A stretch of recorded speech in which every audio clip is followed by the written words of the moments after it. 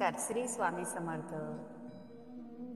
या दिवशी आणि या वेळेला चुकूनही तोडू नका तुळशीचे पान. कारण हिंदू धर्मात तुळशीच्या वनस्पतीचे फार महत्त्व आहे. तुळस ही आपल्या अंगणाची शोभा वाढवते.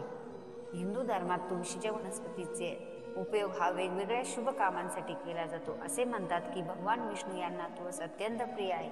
भगवान विष्णू यांच्या प्रसादात तुळशीच्या पानाचा उपयोग हा आवर्जून केला जातो. याशिवाय तुळशीच्या पानांचा सुद्धा भोग लावला जातो.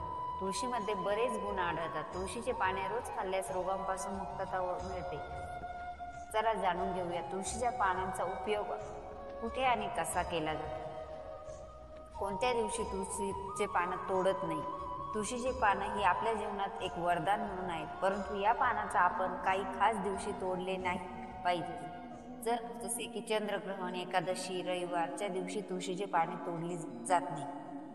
हिंदू धर्मात अशी मान्यता आहे की जर आपल्या घरी काही विशेष पूजा व कार्यक्रम होत असेल तर त्यामध्ये तुळशीच्या पानाचा उपयोग करणे महत्त्वाचे आहे. नाहीतर मग पूजा ही सफल होत नाही. घरात तुळशीचे रोपटे ठेवणे अशुभ मानले जाते. घरात तुळस लावल्यानंतर नियमितपणे सकाळ संध्याकाळ दिवा लावून त्याची पूजा केली पाहिजे. घरातील तुळस असल्यास नकारात्मक ऊर्जेचा प्रवेश होत नाही.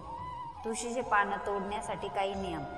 शास्त्रानुसार तुळस ही इतकी पवित्र आहे की भगवान विष्णूंना ती आपल्या मस्तकावर ठेवली आहे. इतकंच नाही तर भगवान विष्णू तुळशीच्या पानाशिवाय प्रसादही स्वीकारत नाही. या दोन योगांमध्ये विसरूनही तुळशीचं रोप तोडू नये असं मानलं जातं.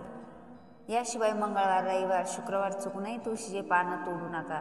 तसंच एकादशी, अमावस्या आणि पौर्णिमा या तिथींना पानं तोडू नये असं मानलं जातं. संक्रांतीच्या दिवशी घरात कोणाचा जन्म झाल्यावर आणि नाव ठेवेपर्यंत तुळशीचं रोप तोडू नये. शिवाय घरात कोणाचा मृत्यू झाल्यास 13व्या दिवसापर्यंत तुळशीचे पाने तोडू नये. ज्योतिषशास्त्रानुसार सूर्योदय आणि सूर्यास्ताच्या वेळीही तुळशीचे पानं तोडू नये.